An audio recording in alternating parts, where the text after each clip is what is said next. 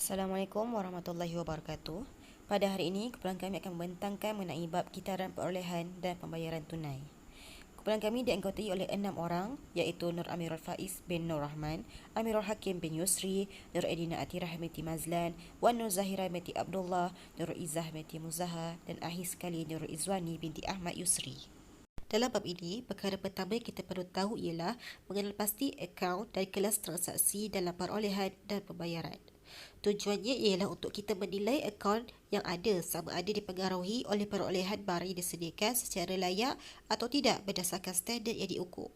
Kemudian, kita menggunakan perbandingan dan hubungan untuk menentukan akaun yang disediakan layak mengikut prosedur analisis dan seterusnya membandingkan data kewangan maupun bukan kewangan yang diperoleh melalui prosedur pengumpulan bukti audit. Seterusnya, kita melihat pula iaitu 3 jenis transaksi di dalam perolehan dan pendapatan. Perolehan yang pertama ialah perolehan barang dan perkhidmatan. Yang kedua, pengeluaran tunai. Dan yang ketiga, pulangan allowance dan allowance serta diskaun belian. Okey, seterusnya. Fungsi bisnes dalam perolehan serta dokumen dan catatan yang berkaitan. Kitaran ini biasanya bermula dengan permulaan permintaan pembelian oleh pekerja yang diberi kuasa yang memerlukan barang atau perkhidmatan dan berakhir dengan pembayaran pada akaun yang perlu dibayar. Permintaan untuk barang atau perkhidmatan oleh kaki tangan pelanggan adalah titik permulaan kitaran. Bentuk permintaan yang tepat dan persetujuan yang diperlukan bergantung pada sifat barang dan perkhidmatan tertentu dan polisi syarikat. Dokumen biasa merangkumi permintaan pembelian dan pesanan pembelian. Apa itu permintaan pembelian? Permintaan pembelian merupakan dokumen yang berisi permintaan yang biasanya menyerupai perolehan atas bahan oleh pekerja yang diberi kuasa ataupun supervisor. Pesanan pembelian pula adalah dokumen yang mengenai penerangan kuantiti dan info yang berkaitan dengan barang atau perkhidmatan yang dibeli oleh sesuatu syarikat dari vendor. Kebiasaannya, syarikat menghantar pesanan secara elektronik kepada vendor untuk pengaturan pertukaran data elektronik iaitu EDI. Seterusnya, menerima barang dan perkhidmatan. Penerimaan barang dan perkhidmatan merupakan titik permulaan dalam perolehan. Dokumen seperti laporan penerimaan yang berisi deskripsi barang, kuantiti yang diterima, tarikh diterima dan data lain yang berkaitan. Liability pula terbahagi kepada beberapa contoh seperti invoice penjual, memo debit, voucher, fail transaksi pemerolehan, jurnal pemerolehan atau penyenaraian, akaun hayat utama yang perlu dibayar, baki percubaan hutang akaun dan kenyataan penjual. Pembayaran untuk barang dan perkhidmatan merupakan aktiviti penting bagi semua entiti. Aktiviti ini secara langsung mengurangkan baki dalam akaun liability, terutamanya akaun yang perlu dibayar. Dokumen yang berkaitan dengan proses pencairan yang diperiksa oleh juru audit termasuk cek, fail transaksi pengeluaran wang tunai dan jurnal pengeluaran wang atau penyenaraian. Okey, seterusnya, perancangan ujian kawalan dan ujian substantif transaksi. Okey, objektif bagi transaksi pembelian terbahagi pada 5 iaitu peristiwa, kesempurnaan, ketetapan, penguasaan dan klasifikasi. Okey, peristiwa dipastikan pembelian dan transaksi direkod telah berlaku dan berkait dengan entiti. Kesempurnaan pastikan pembelian dan transaksi telah direkodkan. Ketetapan pula pastikan jumlah dengan data lain direkod dan transaksi pembayaran serta peristiwa itu dah direkod dengan sewajarnya. Pemaksaan pastikan semua pembelian dan transaksi pembayaran tunai telah direkod dalam tempoh perkawanan yang betul. Kemudian klasifikasi, pastikan semua pembelian dan transaksi bayar tunai serta peristiwa yang direkodkan dalam akaun yang sepatutnya. Okay. So, kita pergi pada first, transaksi pembelian yang sahih, occurrence. Okay, jika belian itu tak benar atau tak wujud, tapi belian itu direkodkan dalam rekod pelanggan, bahagian tugas yang kritikal adalah pemastikan bagi tuntutan dan fungsi dari akaun boleh bayar dan fungsi pengeluaran. Penulisan diadakan bagi memastikan bahawa belian dan laporan penerimaan adalah sah dan pastikan barang yang dipesan itu sampai pada tepat pada masa lah. Kemudian kesempurnaan, completeness, Okay, jika dalam fail pelanggan rekod bahawa belian yang telah dibuat aset atau belanja jadi terkurang catat dan ABB iaitu akaun belum bayar juga jadi terkurang catat, maka kawalan adalah bagi memastikan kesempurnaan objektif bersesuaian, termasuklah tuntutan nombor perakaunan dalam pesanan pembelian, laporan penerimaan voucher, kesempurnaan penerimaan laporan daripada invoice pembekal dengan penyiasan voucher dari laporan ABB lah. Kemudian yang ketiga, penilaian transaksi accuracy. Salah nyata bagi penilaian objektif kawalan dalaman berlaku bila transaksi yang beli telah direkod pada jumlah yang tak betul kerana kesilapan pada pengiraan. Pesanan pembelian seharusnya ada harga jangkaan bagi barangan atau perkhidmatan yang ingin dibeli.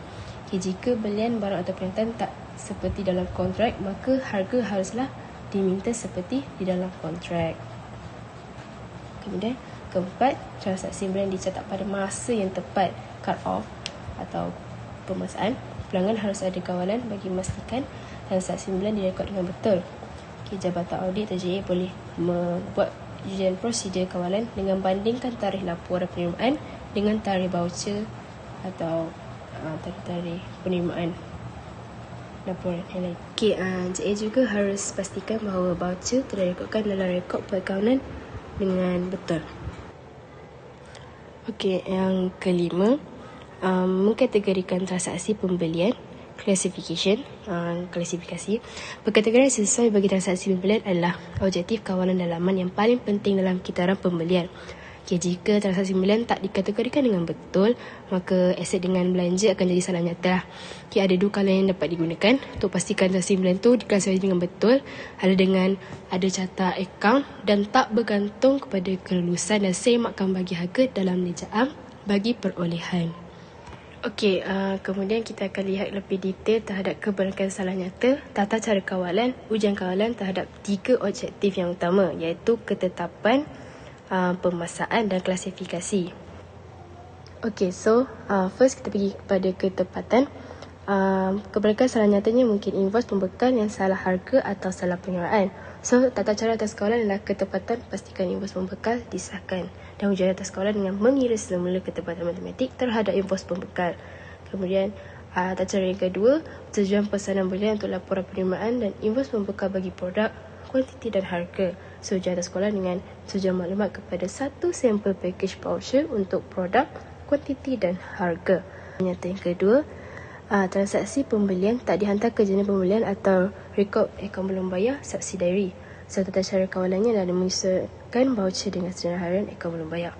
Ujian atas kawalan dengan periksa penyusulan voucher ke laporan harian akaun belum bayar jika digunakan periksa kawalan permohonan, dan uji sampel penyesuaian harian. Kebenaran nyata yang ketiga, pembelian dibuat tetapi tidak direkod. Tata cara atas kawalan adalah dengan perkawalan bagi urutan berangka pesanan belian, laporan penerimaan dan voucher. Ujian atas kawalannya dengan kaji semula tata cara entiti untuk perkawalan bagi urutan berangka pesanan belian, laporan penerimaan dan voucher jika digunakan periksa kawalan permohonan. Kemudian tata cara kawalan yang kedua, laporan penerimaan dipadankan dengan invoice pembekal dan dimasukkan ke dalam jurnal belian. Ujian ke atas kawalannya dengan kesan sampel bagi laporan penerimaan terhadap invoice pembekal masing-masing dan voucher, kemudian kesan sampel voucher terhadap jurnal belian. Objektif yang kedua adalah pemasaan, cut off. Kebenaran salah nyata dia hanya satu, iaitu transaksi pembelian direkod dalam tempoh yang salah. Tata cara kawalannya adalah dengan semula laporan penerimaan yang dikemukakan ke jabatan akaun belum bayar, wujud tata cara yang perlu rekod pembelian secepat mungkin selepas barangan atau perkhidmatan diterima. Ujian terhadap kawalan lah bandingkan tarikh laporan penerimaan dengan tarikh voucher yang relevan. Bandingkan tarikh voucher dengan tarikh yang mereka rekod dalam jurnal belian. Dan objektif yang terakhir iaitu klasifikasi. Kebenaran salah nyatanya adalah transaksi beli tidak dikelaskan. Tata cara kawalan adalah dengan carta perakaunan dengan mengkaji semula jurnal belian dalam ledger am untuk kemusabahan. Musabahah. Tata cara kawalan yang kedua, lulus bebas dan kaji semula akaun yang dikenakan untuk ambil alih. Ujian ke atas kawalan dengan periksa sampel voucher untuk klasifikasi dengan betul. Seterusnya. Assalamualaikum dan salam sejahtera. Saya akan membincangkan tentang langkah-langkah dalam membentuk ujian perincian untuk akaun belum bayar.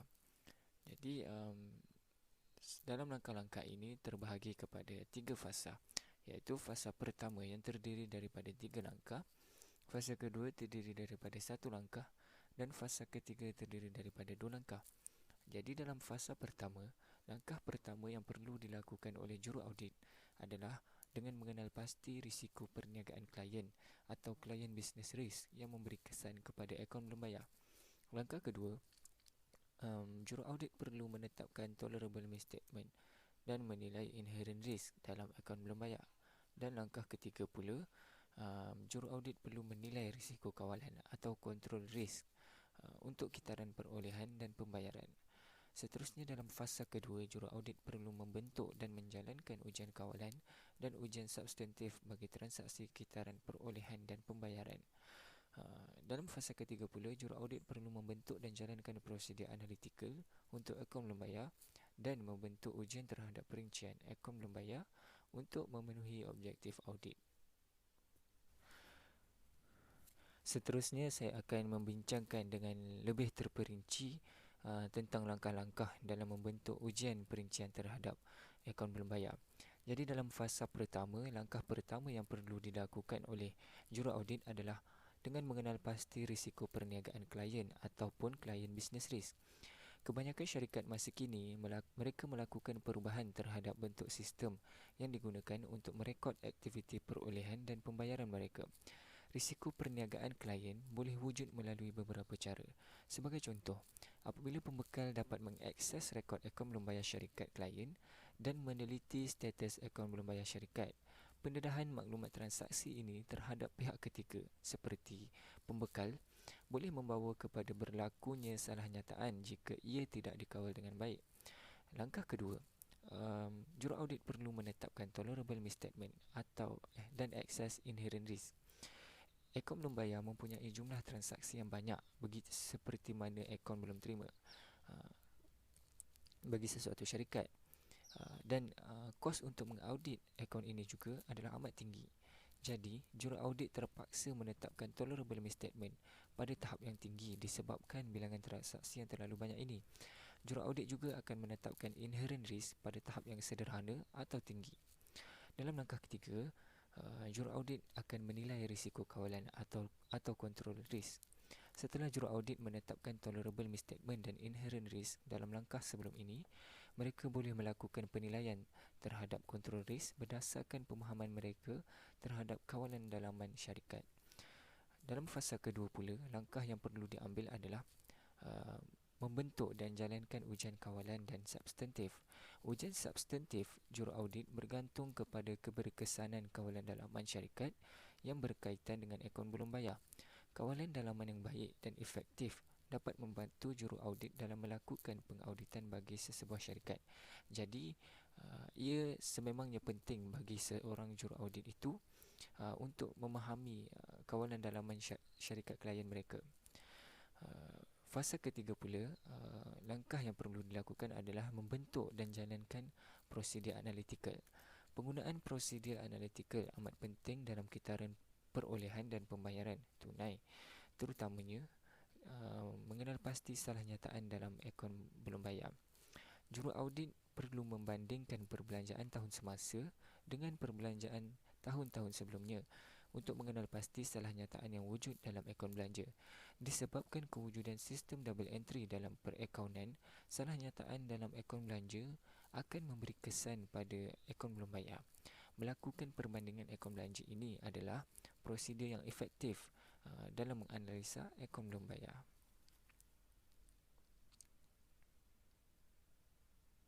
Akhir sekali ialah fasa 3 iaitu membentuk ujian terhadap perincian akaun belum bayar. Objektif mengaudit akaun belum bayar adalah untuk menentukan sama ada ia dinyatakan secara saksama dan didedahkan. Terdapat 7 objektif audit yang digunakan dalam mengaudit akaun belum bayar. Hanya nilai boleh realis tidak boleh digunakan. Ia sangat penting untuk membezakan antara audit liability dan audit aset. Hal ini kerana apabila juruaudit mengenal pasti ia adalah aset, mereka menekankan kepada terlebih nyata. Manakala apabila ia merupakan liability, fokus utama adalah kepada terkurang nyata atau tidak merekodkan liability. Juru audit bertanggungjawab di sisi undang-undang sekiranya gagal menyatakan dengan betul aset dan liability. Contohnya, apabila aset terlebih nyata atau liability terkurang nyata, ia menyebabkan equity pemilik terlebih nyata. Hal ini menarik pelabur untuk melabur di syarikat tersebut. Namun, apabila mengetahui perkara tersebut tidak dinyatakan dengan benar dan saksama, ia akan memberi hak kepada pelabur untuk menyaman juru audit tersebut. Prosedur audit bergantung kepada persekitaran entiti, kematerialan akaun belum bayar, keberkesanan kawalan dalaman dan akhir sekali risiko semula jadi. Out of period liability test iaitu ujian ke atas liability di luar tempoh perakaunan. Disebabkan penekanan kepada terkurang nyata akaun liability, out of period liability test perlu dilakukan. Ia merupakan ujian yang dilakukan ke atas akaun belum bayar yang belum direkodkan. Ia mungkin disebabkan kecuaian atau kegagalan untuk merekodkan transaksi. Contohnya, syarikat membuat pembelian bahan mentah pada 28 hari bulan 12. Tempoh perakaunan tamat pada 31 hari bulan 12. Syarikat tidak boleh merekodkan liability kerana invoice tak sampai lagi. Namun, ia menjadi liability kepada syarikat kerana telah membuat pembelian. Syarikat perlu melaporkan dalam nota kepada akaun. Juru audit boleh mengesan dan menganggar liability ini dengan melihat pesanan belian dan melihat di dalam nota sama ada ia telah direkodkan atau tidak. Namun penekanan hendaklah diberikan kepada jumlah pembelian yang material sahaja. Selain itu, prosedur audit yang sama digunakan untuk mendedahkan akaun belum bayar yang belum direkodkan untuk objektif ketepatan. Seterusnya, memeriksa dokumen ke atas pengeluaran tunai. Juru audit membuat pemeriksaan ke atas dokumen sokongan untuk menentukan sama ada pengeluaran tunai berlaku untuk tempoh semasa. Jika ia merupakan liability tempoh semasa, juru audit hendaklah memeriksa akaun belum bayar untuk memastikan ia telah dimasukkan. Laporan penerimaan barang dan invoice pembekal merupakan dokumen yang sangat penting. Kebiasaannya, juru audit membuat pemeriksaan apabila klien tidak membuat pembayaran pada tempoh yang ditetapkan daripada invoice. Balance Related Audit Objective. Objektif audit yang pertama ialah detail tie-in, iaitu jumlah di dalam akaun belum bayar adalah sama dengan jumlah yang direkodkan dalam ledger am. Juru audit boleh mengesan perkara ini dengan melihat jumlah akaun belum bayar dalam ledger am. Yang kedua, existent, iaitu semua akaun belum bayar telah direkodkan dan wujud di dalam senarai akaun belum bayar. Juru audit boleh mengesan dengan melihat senarai akaun belum bayar dengan invoice dan penyata pembekal. Yang ketiga, completeness. Kewujudan akaun belum bayar telah dimasukkan di dalam senarai akaun belum bayar. Ia boleh dikesan dengan menjalankan out of period liability test. Yang keempat, accuracy. Akaun belum bayar di dalam senarai akaun belum bayar dicatatkan dengan tepat. Ia boleh dikesan dengan menjalankan out of period liability test. Yang kelima, classification. Akaun belum bayar di dalam senarai akaun belum bayar dikelaskan dengan betul. Ia boleh dilakukan dengan melihat di dalam master file. Yang keenam, cut-off. Transaksi untuk perolehan dan kitaran pembayaran direkodkan pada tempoh yang betul. Ia boleh dilakukan dengan melakukan ujian ke atas inventory dalam perjalanan. Akhir sekali, obligation. Syarikat mempunyai tuntutan untuk membayar liability. Ia boleh dilakukan dengan memeriksa penyata pembekal dan pengesahan akaun belum bayar. Memeriksa dokumen ke atas bil yang tidak dibayar selepas tahun perakaunan. Juru audit menjalankan tujuan dan prosedur yang sama seperti memeriksa dokumen ke atas pengeluaran tunai. Perbezaan hanya disebabkan bagi pemeriksaan dokumen ke atas pengeluaran tunai ialah obligasi yang telah dibayar dalam tempoh audit, manakala bagi bil yang tidak dibayar selepas tahun perakaunan merupakan obligasi belum bayar sehingga tempoh audit. Contohnya, tempoh perakaunan berakhir pada 31 hari bulan 3. Juru audit membuat pemeriksaan dokumen sokongan yang sepatutnya dibayar sehingga 28 Jun. Bil yang masih tidak dibayar sehingga 28 hari bulan 6 perlu diperiksa untuk mengetahui sama ada ia merupakan obligasi pada 31 hari bulan 3 ataupun tidak. Seterusnya, mengesan laporan penerimaan yang dikeluarkan sebelum tahun perakaunan dengan invoice pembekal. Semua barang yang diterima sebelum tahun perakaunan perlu direkodkan sebagai akaun belum bayar dengan mengesan di antara laporan penerimaan barang dan invoice pembekal. Juru audit dapat mengesan jika berlaku obligasi yang belum direkodkan. Mengesan pernyataan pembekal yang menunjukkan baki ke atas akaun belum bayar. Baki ke atas akaun belum bayar dapat dikesan sama ada ia telah direkodkan atau tidak dengan mengesan penyata pembekal. Seterusnya, menghantar pengesahan kepada pembekal di mana klien menjalankan perniagaan. Penggunaan pengesahan ke atas akaun belum bayar jarang digunakan berbanding akaun belum terima. Namun, juru audit boleh menggunakan pengesahan akaun belum bayar untuk dihantar kepada pembekal bagi mengesan sama ada berlaku ketinggalan dalam merekodkan transaksi. Juru audit yang menghantar pengesahan kepada pembekal tanpa menunjukkan baki dipanggil zero balance confirmation. Akhir sekali, card of test iaitu tempoh urus niaga. Juru audit perlu menentukan urus niaga yang direkodkan adalah berdasarkan tempoh perakaunan mengikut tempoh semasa. Transaksi yang direkodkan sebelum dan selepas tempoh perakaunan perlu direkodkan dengan betul. Kegagalan merekodkan dengan betul menyebabkan berlaku terlebih nyata dan terkurang nyata. Card of test hanya memfokuskan kepada dua aspek, iaitu hubungan antara tempoh urus niaga dan pemerhatian inventory secara fizikal. Ia merupakan salah satu cara juru audit dapat mengetahui sama ada berlaku salah nyataan. Contohnya, syarikat memperoleh inventory sebanyak 400,000 pada tengah hari 31 hari bulan 12. Jika perolehan dimasukkan dalam akaun belum bayar dan pembelian tetapi tidak dimasukkan dalam pengiraan inventory akhir, maka pendapatan bersih terkurang nyata sebanyak 400,000. Jika perolehan tidak dimasukkan dalam inventory dan akaun belum bayar, terdapat salah nyataan pada kunci kira-kira, namun penyata pendapatan masih betul. Yang kedua, inventory dalam perjalanan. Juru audit perlu membezakan antara perolehan inventory mengikut FOB destinasi atau FOB origin atau titik penghantaran. FOB destinasi di mana had dipindahkan kepada pembeli apabila inventory diterima. Manakala FOB asalan ataupun titik penghantaran, pembeli merekodkan inventory dan akaun belum bayar yang berkaitan apabila penghantaran berlaku. Juru audit boleh mengesan sama ada FOB destinasi atau asalan dengan memeriksa invoice pembekal. Slide seterusnya adalah mengenai perbezaan antara invoice pembekal dan penyataan pembekal. Invoice pembekal adalah bukti yang boleh dipercayai mengenai transaksi syarikat melalui invoice dan dokumen sokongan seperti laporan penerimaan dan purchase order.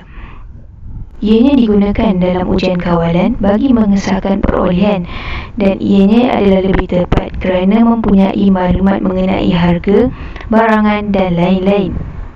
Manakala penyataan pembekal hanya mengandungi maklumat mengenai jumlah transaksi. Ianya boleh digunakan bagi mengesahkan amaun baki akaun belum bayar dengan lebih tepat kerana ianya dibekalkan oleh pembekal. Secara kesimpulannya, invoice pembekal boleh digunakan bagi mengesahkan transaksi, manakala penyataan pembekal boleh digunakan bagi mengesahkan baki akaun belum bayar.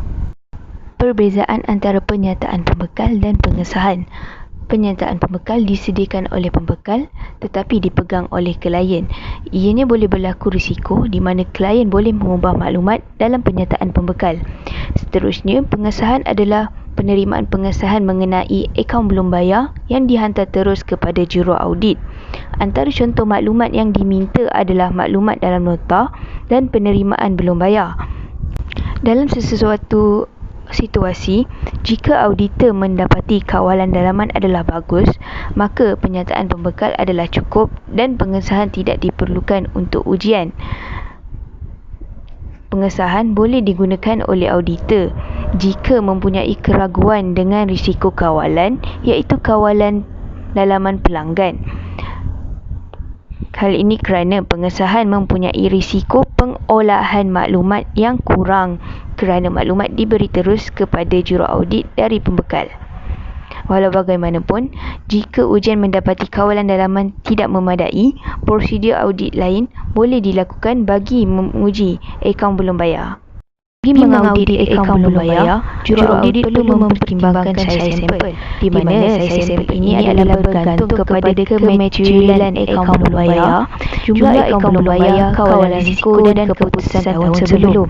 Sebagai contoh, kawalan risiko yang mempunyai kekurangan perlu disahkan ke semua item dalam populasi tersebut. Dan sebaliknya berlaku bagi kawalan risiko yang cukup, beberapa ujian adalah memadai. Bagi persempelan statistik, ianya jarang digunakan bagi mengaudit akaun belum bayar kerana untuk menentukan populasi dan saiznya adalah sukar bagi akaun belum bayar. Antara jenis akaun lain dalam kitaran perolehan dan pembayaran adalah termasuk akaun hartanah, loji dan peralatan, akaun belanja prabayar, akaun pendapatan dan perbelanjaan dan akaun liability lain. Sekian itu sahaja daripada kami. Terima kasih.